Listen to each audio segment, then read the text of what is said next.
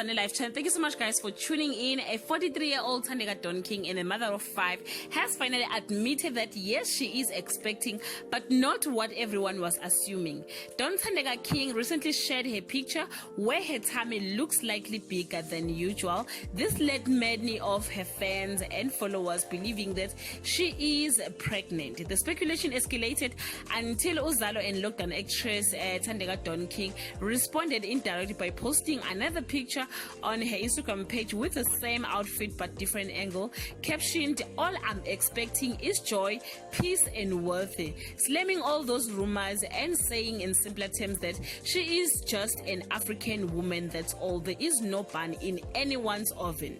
The other celebrities, including Dineo Mokete, Phindile Gwala and Real Nkanyiso, showed Thandeka some love in the comment section by saying, "You've heard it from the horse's mouth. Ladies and gentlemen, Don Thandeka King is not pregnant. Hopefully this matter will go to rest, at least for now.